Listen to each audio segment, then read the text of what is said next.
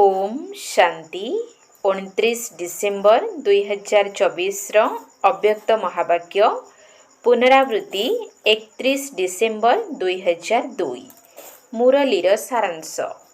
एही नूतन वर्षरे सर्वसंपत्ति को सफल करी सफलता मूरत हेबार विशेषता देखाओ। एही नूतन वर्षरे सर्वसंपत्ति को सफल करी सफलता मूरत हेबार विशेषता देखाओ। आजी नवजुगर रचयिता नवजीवनदाता बाप दादा नववर्ष पालन करिबा पई आसीछंती। तुमे माने मध्य नववर्ष पालन करिबा पई आसीछ ना नवजुग पालन करिबा पई आसीछ? नववर्ष तो समस्ते पालन करुछंती, किंतु तुमे माने नवजीवन नवजुग एवं नववर्ष तीनोटी जाक पालन करुछ। तेणु बाप दादा मध्य त्रिमूर्ति अभिनंदन देउछंती। दुनिया रे नववर्ष रे परस्पर को अभिनंदन मध्य देइथांती एवं किछि ना किछि उपहार मध्य देइथांती। उपहार देउछ ना, किंतु बाप दादा तुम मानकु के उपहार देइछंती? सुवर्ण दुनिया रे उपहार देइछंती। तेबे समस्तंकु एही सुवर्ण दुनिया रे उपहार मिली जाइछि तो? जेउ सुवर्ण दुनिया रे बा नवजुगरे सर्व प्राप्ति गुड़िक भरी रही। कौन मने अछि निजर राज्य किपरि थिला? सेठारे कौनसी अप्राप्तिर चिन्ह वर्ण नथिला। एही भली उपहार बाप दादांक व्यतीत अन्य केही भी देई परिबे नाही। सारा विश्व रे जदि केही काहाकु बड़रु बड़ उपहार देबाकु चाहिबो तेबे कौन देब? बड़रु बड़ मुकुट बा सिंहासन देब। जेते बेले स्थापना होइथिला, स्थापना समय पिला माने आग धाड़ी रे बसिछंती। सेते बेले आरंभ समय रे ही ब्रह्मा बाबा पिला मानकु पचारुथिले जे तुमको जदि कौनसी आजिकालीर राणी तार मुकुट एवं सिंहासन देई देब तेबे तुमे जीव? मने अछि ना? पिला माने उत्तर देउथिले सेही मुकुट एवं सिंहासन को आमी कोन करिबु जेबे कि आमको आपण मिली जाइछंती। तेणु सेही मुकुट एवं सिंहासन कौन हेबो? तेणु एही सुवर्ण दुनियार उपहार तुलना रे कौनसी भी उपहार बड़ होई परिबो नाही। केतेक पिला पचारुछंती सेठारे कौन कौन सब प्राप्ति थिबो?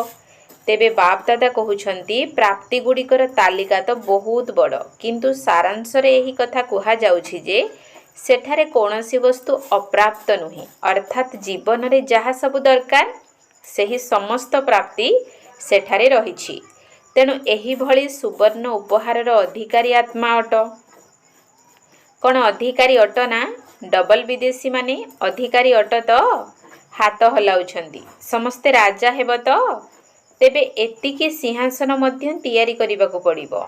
बाप दादा कहउछंती सेही सिंहासन तो एक आसन अटे एवं सेठारे सर्वप्राप्ति मध्य थिबो, किंतु एही संगम जुगर स्वराज्य ताठारु किछि कम नुहे। एबे मध्य राजा अट ना? ना प्रजा अट? ना राज परिवारर सदस्य अट? कौन अट? दुनिया रे केवल एही गोटिए पिता अछंती जे कि गर्वर सहित कहउछंती मोर प्रत्येक संतान राजा अटे। राजा अट ना? राजयोगी अट ना प्रजायोगी अट? वर्तमान समस्ते हृदय सिंहासनर अधिकारी एवं स्वराज्य अधिकारी राजा संतान अट। एतिकी आत्मिक निशा रहुछि तो? काहींकि ना एही समयर स्वराज्य आधार रे ही भविष्यतर राज्य प्राप्त हेउछि। तेणु एही संगम जुग बहुत बहुत बहुत अमूल्य एवं श्रेष्ठ अटे। तेबे एही संगम जुग को केवल बाप दादा एवं सबु पिला माने ही जानिछंती एवं खुशी खुशी रे एही संगम जुग को केउ नाम देइछ? मौजर जुग। काहींकि जानिछ? काहींकि ना संगम जुग भली मौज अर्थात मजा सारा कल्परे नाही। एहार कारण कौन? परमात्मा मिलनर मौज सारा कल्प भितरे एबे ही मिली थाए।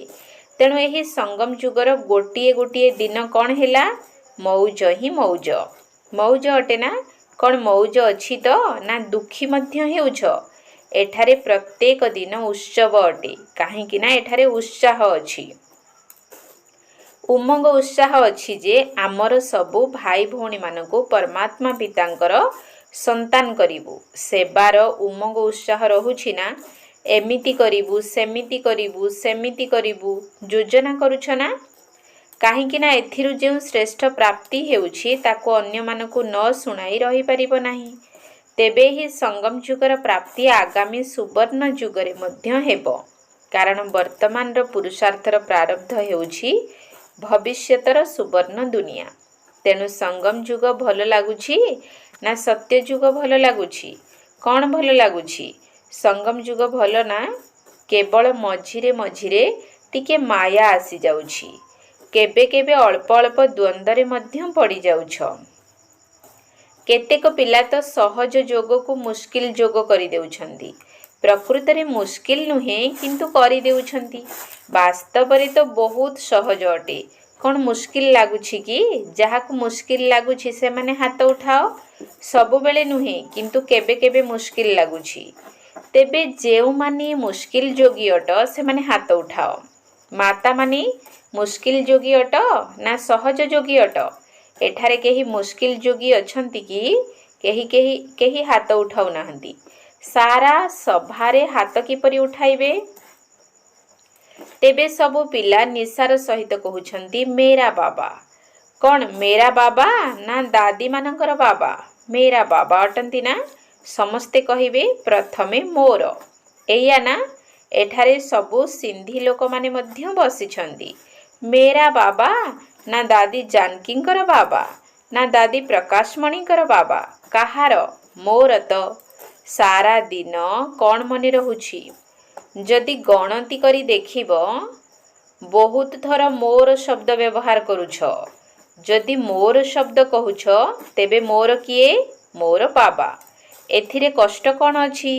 କେବେ କେବେ ଭୁଲି ଯାଉଛ କି ବାପ ଦାଦା କୌଣସି ନୂଆ ଶବ୍ଦ ଦେଉନାହାନ୍ତି, ଯାହାକୁ ସବୁବେଳେ କାର୍ଯ୍ୟରେ ବ୍ୟବହାର କରୁଛ। ମୁଁ ଏବଂ ମୋର। ତେଣୁ ମୁଁ କିଏ ଏବଂ ମୋର କିଏ? କେତେକ ପିଲା କଷ୍ଟକର ପୁରୁଷାର୍ଥ କାହିଁକି କରୁଛନ୍ତି? କେବଳ ଭାବୁଛନ୍ତି ମୋ ସମ୍ମୁଖକୁ ବିନ୍ଦୁ ଆସିଯାଉ। ବିନ୍ଦୁ ବିନ୍ଦୁ ବିନ୍ଦୁ। ତେଣୁ ବିନ୍ଦୁ ଖସି ଯାଉଛି। ତେବେ ବିନ୍ଦୁକୁ ତ ମନେ ପକାଉଛ, କିନ୍ତୁ ସେ କେଉଁ ବିନ୍ଦୁ? ମୁଁ କିଏ ଅଟେ? ନିଜର ଏହି ସ୍ୱମାନଙ୍କୁ ସ୍ମୃତିରେ ଆଣ। ତେବେ ପୁରୁଷାର୍ଥ ମନୋରଞ୍ଜନ ପାଲଟିଯିବ। କେବଳ ଜ୍ୟୋତିର୍ବିନ୍ଦୁ କହୁଛ, ତେଣୁ କଷ୍ଟକର ହୋଇଯାଉଛି। ତେଣୁ ସହଜ ଏବଂ ମଉଜ ବାଲା ପୁରୁଷାର୍ଥ କର। ଏହି ନୂତନ ବର୍ଷରେ ପୁରୁଷାର୍ଥ ମଧ୍ୟ ଶ୍ରେଷ୍ଠ ହେବା ଦରକାର। କିନ୍ତୁ ଶ୍ରେଷ୍ଠ ହେବା ସହିତ ପ୍ରଥମେ ସହଜ ହେବା ଦରକାର। ତେବେ ସହଜ ମଧ୍ୟ ହୋଇଥିବ ଏବଂ ଶ୍ରେଷ୍ଠ ମଧ୍ୟ ହୋଇଥିବ। ଏହା ହୋଇପାରିବ? ଦୁଇଟି ଯାକ ଏକାଠି ହୋଇପାରିବ? ଡବଲ ବିଦେଶୀମାନେ କୁହ, ହୋଇପାରିବ? ତେବେ ବାପ ଦାଦା ମଧ୍ୟ ଦେଖିବେ। ବାପ ଦାଦା ତ ସମସ୍ତଙ୍କୁ ଚେକ୍ କରୁଛନ୍ତି ନା? ତେବେ ମୁସ୍କିଲ ଯୋଗୀ କେଉଁମାନେ ହେଉଛନ୍ତି? ସହଜ ଯୋଗୀର ଅର୍ଥ ଏହା ନୁହେଁ ଯେ ବେପରୁଆ ଭାବରେ ପୁରୁଷାର୍ଥ କରୁଥିବ। ତେଣୁ ଶ୍ରେଷ୍ଠ ମଧ୍ୟ ହୋଇଥିବ ଏବଂ ସହଜ ମଧ୍ୟ ହୋଇଥିବ। ତେବେ କ'ଣ ପାଣ୍ଡବମାନେ ସହଜ ଯୋଗୀ ଅଟତ? ଯେଉଁମାନେ ସହଜ ଯୋଗୀ ଅଟନ୍ତି ସେମାନେ ହାତ ଉଠାଅ। ଦେଖ, ଟିଭି କ୍ୟାମେରାରେ ଫଟୋ ଉଠାଯାଇଛି। ତୁମମାନଙ୍କୁ ଅଭିନନ୍ଦନ। ତେବେ ଏହି ବର୍ଷରେ କାହା ପାଖକୁ ବି କୌଣସି କଷ୍ଟକର କଥା ଆସିବ ନାହିଁ। କାହିଁକି ନା ସମସ୍ତେ ସହଜ ପୁରୁଷାର୍ଥୀ ଅଟ। ତେଣୁ କେବେ ବି ବେପରୁଆ ହେବାର ନାହିଁ। ସମୟର ଗତି ଅନୁସାରେ ଏହି ନୂତନ ବର୍ଷରେ ସମସ୍ତଙ୍କୁ ବିଶେଷ କରି ଏହି ଲକ୍ଷ୍ୟ ରଖିବାକୁ ହେବ ଯେ ମୋତେ ଯେଉଁ ସବୁ ସମ୍ପତ୍ତି ଗୁଡ଼ିକ ପ୍ରାପ୍ତ ହୋଇଛି, ସମୟ ହେଉ, ସଂକଳ୍ପ ହେଉ, ଗୁଣ ହେଉ, ଜ୍ଞାନ ହେଉ ବା ଶକ୍ତି ହେଉ, କିନ୍ତୁ ଏହା ମଧ୍ୟରୁ ସବୁଠାରୁ ବଡ଼ ସମ୍ପତ୍ତି ହେଲା ସଂକଳ୍ପର ସମ୍ପତ୍ତି, ଅର୍ଥାତ୍ ଶ୍ରେଷ୍ଠ ଏବଂ ଶୁଦ୍ଧ ସଂକଳ୍ପ ସମ୍ପତ୍ତି। ତେବେ ଏହିସବୁ ସମ୍ପତ୍ତି ଗୁଡ଼ିକୁ ପ୍ରତ୍ୟେକ ଦିନ ସଫଳ କରିବାକୁ ହେବ। ତେଣୁ ଏହାକୁ ଖୁବ୍ ବାଣ୍ଟି ଚାଲ। ଦାତାଙ୍କର ସନ୍ତାନ ମାଷ୍ଟର ଦାତା ହୁଅ ଏବଂ ଖୁବ୍ ବାଣ୍ଟ। କାହିଁକି ବାଣ୍ଟିବ ଜାଣିଛ? କାହିଁକି ନା ବାଣ୍ଟିବା ଅର୍ଥ ସଫଳ କରିବା ଏବଂ ସଫଳ କରିବା ଅର୍ଥ ସଫଳତାକୁ ପ୍ରାପ୍ତ କରିବା। ତେବେ ଏହି ବର୍ଷର ଏହି ବିଶେଷତାକୁ ସର୍ବଦା କାୟମ ରଖିଥାଅ। ସଫଳ ମଧ୍ୟ କରିବାକୁ ହେବ ଏବଂ ସଫଳତା ମଧ୍ୟ ସୁନିଶ୍ଚିତ ଅଟେ। ସମସ୍ତେ ତ କହୁଛ ନା ସଫଳତା ମୋର ଜନ୍ମସିଦ୍ଧ ଅଧିକାର। କ'ଣ ଅଧିକାର ଅଟେ ନା? ତେଣୁ ସଫଳ କର ଏବଂ ସଫଳତା ପ୍ରାପ୍ତ କର। ଯେକୌଣସି କାର୍ଯ୍ୟ କରୁଥିଲେ ମଧ୍ୟ ସେହି ସମୟରେ କୌଣସି ନା କୌଣସି ସମ୍ପତ୍ତିକୁ ସଫଳ କରିଚାଲ ଏବଂ ସଫଳତାର ଅନୁଭବ କରିଚାଲ। ବିଚାର କର, ସଫଳତାର ଅଧିକାର ତୁମ ବ୍ରାହ୍ମଣମାନଙ୍କ ବ୍ୟତୀତ ଅନ୍ୟ କାହାର ହୋଇପାରିବ କି? କାହିଁକି ଜାଣିଛ? କାହିଁକି ନା ସ୍ୱୟଂ ପରମାତ୍ମା ତୁମମାନଙ୍କୁ ସଫଳତା ଭବର ବରଦାନ ଦେଇଛନ୍ତି। ବାପ ଦାଦା ସର୍ବଦା ଏହି କଥା କହୁଛନ୍ତି ଯେ ମୋର ପ୍ରତ୍ୟେକ ବ୍ରାହ୍ମଣ ସନ୍ତାନ ସଫଳତାର ତାରକା ଅଟେ ଏବଂ ସଫଳତାର ସ୍ୱରୂପ ଅଟେ। ତେବେ ତୁମେ ସମସ୍ତେ ସଫଳତାର ତାରକା ଅଟ ନା ମେହନତର ତାରକା ଅଟ? ବାପ ଦାଦା ତ ସବୁ ପିଲାଙ୍କୁ ସଫଳତାର ତାରକା ସ୍ୱରୂପରେ ଦେଖୁଛନ୍ତି। ମନେ ଅଛି ତ ଆଦି ସମୟରେ ବ୍ରହ୍ମା ବାବା କେତେ ସମୟ ଭିତରେ ନିଜର ସବୁକିଛି ସଫଳ କରିଦେଇଥିଲେ। ଶେଷ ସମୟ ପର୍ଯ୍ୟନ୍ତ ମଧ୍ୟ ନିଜର ସମୟକୁ ସଫଳ କରିଥିଲେ। ଚାହିଁ କର୍ମାତୀତ ମଧ୍ୟ ହୋଇଗଲେ ପୁଣି ବି କେତେ ପତ୍ର ବ୍ୟବହାର କରୁଥିଲେ। ଏହିଭଳି ସମୟକୁ ସଫଳ କରିଛନ୍ତି ନା? ଶେଷ ଦିନ ମଧ୍ୟ ମୁଖ ଦ୍ୱାରା ମହାବାକ୍ୟ ଉଚ୍ଚାରଣ କରିଛନ୍ତି। ଶେଷ ଦିନ ପର୍ଯ୍ୟନ୍ତ ସବୁକିଛି ସଫଳ କରିଛନ୍ତି। ସେଥିପାଇଁ ସଫଳତାକୁ ପ୍ରାପ୍ତ କରିନେଲେ। ତେଣୁ ନିଜର ପିତାଙ୍କୁ ଅନୁକରଣ କର। ବାସ୍ତବରେ ସଙ୍ଗମ ଯୁଗର ଗୋଟିଏ ଗୋଟିଏ ସଂକଳ୍ପକୁ ଏବଂ ଗୋଟିଏ ଗୋଟିଏ ସେକେଣ୍ଡକୁ ସଫଳ କରିବା ହିଁ ସଫଳତା ମୂରତ ହେବା। ସମସ୍ତେ ନିଶ୍ଚୟର ସହିତ କହୁଛନ୍ତି ବ୍ରହ୍ମା ବାବାଙ୍କ ପ୍ରତି ମୋର ବହୁତ ସ୍ନେହ ଅଛି। ତେବେ ସ୍ନେହର ଚିହ୍ନ ହେଲା ଯାହା ବାବାଙ୍କୁ ପ୍ରିୟ ଥିଲା ତାହା ପିଲାମାନଙ୍କୁ ମଧ୍ୟ ପ୍ରିୟ ଲାଗୁଥିବ। ସମୟ, ସଂକଳ୍ପ ଏବଂ ସର୍ବସମ୍ପତ୍ତି ସଫଳ ହେଉଥିବ, ବ୍ୟର୍ଥରେ ଯାଉନଥିବ। ତେଣୁ ସ୍ନେହର ଚିହ୍ନ ହେଲା ପିତାଙ୍କୁ ଅନୁକରଣ କରିବା। ତେବେ ବ୍ରହ୍ମା ବାବା କେଉଁ ବିଶେଷତା ଦେଖାଇଥିଲେ? ଯାହା ଭାବୁଥିଲେ ତାକୁ ତୁରନ୍ତ କରୁଥିଲେ। କେବଳ ଭାବୁନଥିଲେ, କେବଳ ଯୋଜନା କରୁନଥିଲେ, ବାସ୍ତବିକ ରୂପରେ କରି ଦେଖାଉଥିଲେ। ତେବେ ତୁମେମାନେ ଏହିଭଳି ଅଟ ତ? ଫଲୋ କରିବା ବାଲା ଅଟ ନା? ଭଲ କଥା। ଆଜି ବହୁତ ପିଲା ନୂତନ ବର୍ଷ ପାଳନ କରିବା ପାଇଁ ଆସିଯାଇଛନ୍ତି। ଯଦି ହଲ୍ ମଧ୍ୟ ଛୋଟ ହୋଇଯାଏ ତେବେ ହୃଦୟ ତ ବଡ଼ ଅଟେ ନା? ଦେଖ, ଦିଲ୍ ବଡ଼ ଥିବାରୁ ତ ସମସ୍ତେ ସେଥିରେ ସମାହିତ ହୋଇଯାଇଛନ୍ତି ନା?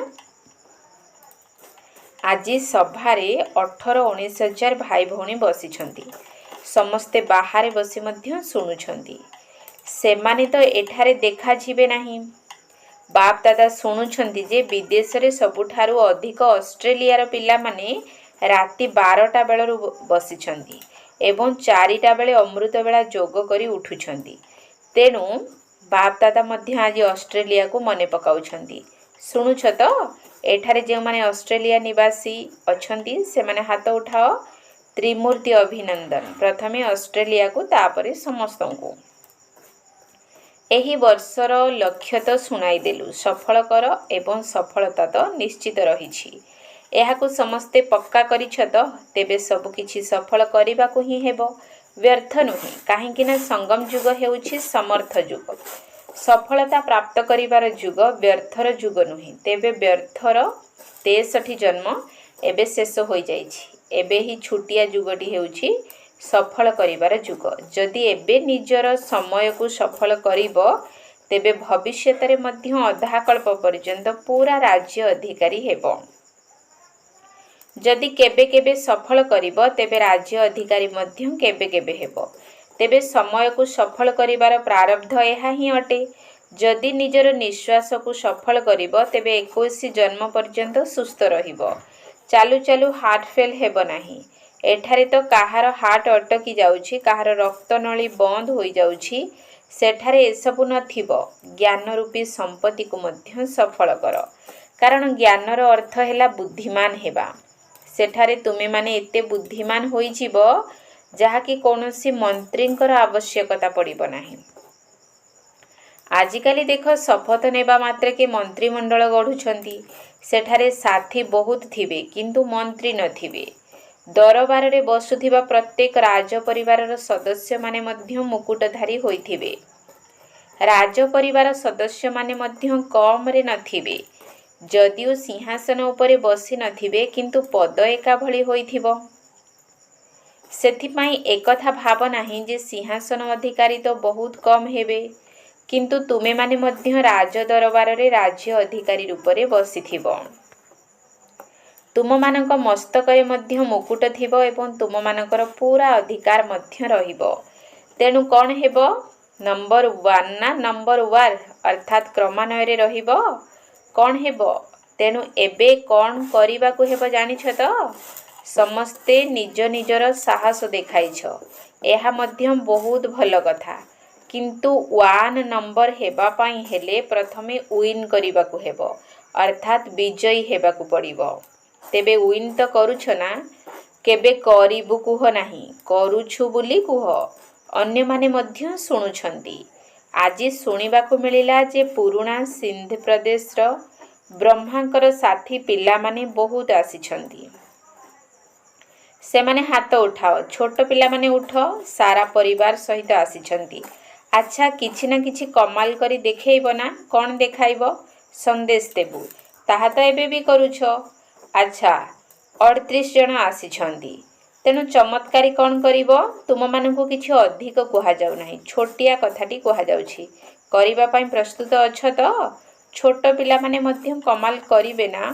38 ଲକ୍ଷକୁ ବାହାର କରିବୁ। ସେଥିପାଇଁ ପଦମ ଗୁଣା ଅଭିନନ୍ଦନ। ତୁମେମାନେ ତ ବହୁତ ବଡ଼ କଥା କହିଦେଲ। କିନ୍ତୁ ବାପଦାଦା ଗୋଟିଏ ଛୋଟିଆ କଥା କହୁଛନ୍ତି। ବାବା କହୁଛନ୍ତି ତୁମେ ପ୍ରତ୍ୟେକ ଜଣେ ଜଣକୁ ହିଁ ସାଥିରେ ଆଣ। କ'ଣ ଆଣିବ ତ? ଜଣେ ଜଣକୁ ଆଣିବ? ପିଲାମାନେ ପିଲାମାନଙ୍କୁ ଆଣିବ? ଯଦି ମାତା ଅଟ ତେବେ କୌଣସି ଜଣେ ଭାଇକୁ ବା ଭଉଣୀକୁ ଆଣ, କିନ୍ତୁ ସମସ୍ତଙ୍କୁ ଜଣେ ଜଣେ ଆତ୍ମାକୁ ଆଣିବାକୁ ହେବ। ଏହି ସଂଗଠନକୁ ଦେଖିନିଅ। ତୁମେ ଏମାନଙ୍କୁ ବିଧି ବତାଇ ଦେବ। ଆସନ୍ତା ବର୍ଷକୁ ସାଥିରେ ନେଇକରି ହିଁ ଆସିବ। ଡବଲ ଗ୍ରୁପ ନେଇ ଆସିବ। ବାପଦାଦା ଏହି କଥା ଚାହୁଁଛନ୍ତି ଯେ ଆରମ୍ଭ ଯେଉଁଠାରୁ ହୋଇଛି ପ୍ରତ୍ୟକ୍ଷତା ମଧ୍ୟ ସେହିଠାରେ ହିଁ ହେଉ। ଦୟା ଲାଗୁଛି ନା? ବ୍ରହ୍ମା ବାବାଙ୍କର ଦେଶ ଅର୍ଥାତ୍ ଜନ୍ମସ୍ଥାନର ନିବାସୀ ଅଟ, ତେଣୁ ଦେଶବାସୀଙ୍କ ପ୍ରତି ସ୍ନେହ ରହିଥାଏ ନା? ତେବେ ତୁମମାନଙ୍କ ପାଖରେ ତ ସମ୍ପତ୍ତି ବହୁତ ରହିଛି। ଗୁଣ ରୂପୀ ସମ୍ପତ୍ତି କେତେ ବିଶାଳ ଅଟେ। ଶକ୍ତି ଗୁଡ଼ିକର ସମ୍ପତ୍ତି ମଧ୍ୟ କେତେ ବଡ଼ ସମ୍ପତ୍ତି। ତେଣୁ ଗୁଣର ଦାନ, ସର୍ବଶକ୍ତିର ଦାନ କରୁଥିବା ମାଷ୍ଟର ଦାତା ହୁଅ। ଯିଏ ବି ତୁମ ପାଖକୁ ଆସୁ, ଚାହେ ସମ୍ବନ୍ଧରେ ଆସୁ ଚାହେ ସମ୍ପର୍କରେ ଆସୁ, କିନ୍ତୁ ତାଙ୍କୁ କୌଣସି ନା କୌଣସି ଗୁଣର ବା ଶକ୍ତିର ଉପହାର ନିଶ୍ଚିତ ଦିଅ। କେହି ବି ଖାଲି ହାତରେ ଯେପରି ନ ଯାଆନ୍ତି। ଯଦି କିଛି ନ ଦେଇପାରିବ ତେବେ ବାବାଙ୍କର ସନ୍ଦେଶ ରୂପୀ ମିଠା ବାଣୀର ମଧ୍ୟ ଉପହାର ଦିଅ। ଦୁନିଆରେ ଲୋକମାନେ ତ ଉତ୍ସବମାନଙ୍କରେ ପରସ୍ପରର ମୁଖ ମିଠା କରିଥାନ୍ତି, କିନ୍ତୁ ବାପଦାଦା କହୁଛନ୍ତି ମୁଖ ମିଠା ତ କରାଇବାକୁ ହିଁ ହେବ, କିନ୍ତୁ ନିଜର ମିଠା ମୁଖମଣ୍ଡଳ ମଧ୍ୟ ଦେଖାଇବାକୁ ହେବ। କେବଳ ମୁଖ ମିଠା ନୁହେଁ, ଚେହେରା ମଧ୍ୟ ମିଠା। ଏତିକି ମଧୁରତା ଜମା ଅଛି ତ, ଯାହାକି ଯେତେ ବାଣ୍ଟିଲେ ମଧ୍ୟ ଭରପୁର ରହୁଥିବ। ତେବେ ଏହି ସବୁ ସମ୍ପତ୍ତି ଗୁଡ଼ିକୁ ମଧ୍ୟ ଯେତେ ବାଣ୍ଟୁଥିବ ସେତେ ବଢ଼ୁଥିବ, କମ୍ ହେବ ନାହିଁ। ତେଣୁ ଏହି ବର୍ଷରେ ଧ୍ୟାନ ରଖିବ ଯେ ମୋ ପାଖକୁ ଯିଏ ବି ଆତ୍ମା ଆସୁଛି ତାକୁ ମୁଁ କିଛି ଦେଉଛି ତ? ଯଦି ସେ ଶୁଣିବା ବାଲା ମଧ୍ୟ ନୁହେଁ ତେବେ ତାକୁ ମିଠା ମିଠା ଶକ୍ତିଶାଳୀ ଦୃଷ୍ଟି ମଧ୍ୟ ଦିଅ, କିନ୍ତୁ ଦିଅ ନିଶ୍ଚିତ। କେହି ବି ଖାଲି ହାତରେ ନ ଯାଉ। ଏହା ତ ସହଜ ଅଟେ ନା କଷ୍ଟକର ଅଟେ? ଆଚ୍ଛା, ଗୋଟିଏ ସେକେଣ୍ଡ ଭିତରେ ମନର ଡ୍ରିଲ୍ ମନେ ଅଛି ତ? ସମସ୍ତେ ସାରା ଦିନ ଭିତରେ କେତେ ଥର ଏହି ଡ୍ରିଲ୍ କରୁଛ ତାକୁ ଲେଖ। ଏହି ମନର ଡ୍ରିଲ୍କୁ ଯେତେ ଅଧିକ ଥର କରିବ ସେତେ ଅଧିକ ସହଜ ଯୋଗୀ, ସରଳ ଯୋଗୀ ହୋଇଯିବ। ଗୋଟିଏ ପଟେ ମନ ଦ୍ୱାରା ସେବା, ଆଉ ଗୋଟିଏ ପଟେ ମନର ବ୍ୟାୟାମ। ଏବେ ନିରାକାରୀ, ଏବେ ଫରିସ୍ତା। ବ୍ରହ୍ମା ବାବା ତୁମ ଫରିସ୍ତାମାନଙ୍କୁ ଆବାହନ କରୁଛନ୍ତି। ଫରିସ୍ତା ହୋଇ ବ୍ରହ୍ମା ବାବାଙ୍କ ସାଥିରେ ନିଜର ଘରକୁ ନିରାକାର ରୂପରେ ଯିବାକୁ ହିଁ ହେବ। ତାପରେ ଦେବତା ହୋଇଯିବ। ଆଚ୍ଛା, ତେବେ ବିଶ୍ୱର ଚାରିଆଡ଼କୁ ଚାହେ କାର୍ଡ଼ ଦ୍ୱାରା ହେଉ ବା ପତ୍ର ଦ୍ୱାରା ହେଉ, ବହୁତ ୟାଦ ପ୍ୟାର ବାପ ଦାଦାଙ୍କ ନିକଟରେ ପହଞ୍ଚି ଯାଇଛି। बाप दादा जानिछंती जे प्रत्येक संतान एही कथा भाबुछि जे बाबांको मो कथा जणाइब। तेणु बाबा जानी सारिलेणी एवं बाबांको याद प्यार देइथिबा गेलिहा पिलामाने मध्य बाप दादांको सम्मुखरे अछंती। सेथिपाई बाप दादा कहुछंती प्रत्येक संतान निज निजर नाम सहित आंतरिक आशीर्वाद एवं अभिनंदन स्वीकार करंतु। तुम मानकु मध्य नवजीवन नवजुग नववर्षर बहुत बहुत पदम पदम पदम गुणा अभिनंदन आंतरिक आशीर्वाद स्नेह संपन्न शुभेच्छा एवं नमस्ते। आत्मिक संतान मानकर आत्मिक बाप दादांकु नमस्ते नमस्ते नमस्ते सुप्रभात। बाप दादा सबु पिला मानकु नूतन वर्षर अभिनंदन देले। चारिआडर बहुत मीठा बहुत प्यारा संतान मानकु पदम पदम गुणा नूतन वर्षर अभिनंदन। तेबे जेउ समय एबे बीतीगला ताहा हेउछि विदाई एवं बधाई देवार समय। गोटिए पटे विदाय दियो अर्थात निजकु संपन्न करिबारे जेउ सबु दुर्बलता गुड़िक निज भितरे रहिछि सेथि गुड़िकु सदाकाल पई विदाई दियो एवं आगकु उड़ीबार बधाई अर्थात अभिनंदन स्वीकार कर। तेणु अभिनंदन अभिनंदन अभिनंदन। अच्छा ओम शांति। वरदान निजर स्मृति को अनुभवर स्थिति रे स्थित करुथिबा नंबर 1 विशेष आत्मा हुओ। निजर स्मृति को अनुभवर स्थिति रे स्थित करुथिबा नंबर 1 विशेष आत्मा हुओ। सबु ब्राह्मण पिला मानक भितरे एही संकल्प रहिछि जे मु किपरि नंबर 1 विशेष आत्मा हेबी। किंतु संकल्प एवं कर्मर अंतर को समाप्त करिबा पई निजर स्मृति को अनुभव स्तर को आनिबा को हेबो। जेपरि सुनिबा बा जानिबा कथा मने रही थाए सही परी निजकु सही अनुभवर स्थिति को आनिबा को हेबो। सेथिपाई निजर एवं समयर महत्व को जानी मन एवं बुद्धि को जे कोनोसी अनुभवर आसन उपरे स्थित करि दियो तेबे नंबर 1 विशेष आत्मा होइछिबो। स्लोगान ईर्षा भली दुर्गुण को छाड़ी भल हेबा पाई रेस कर।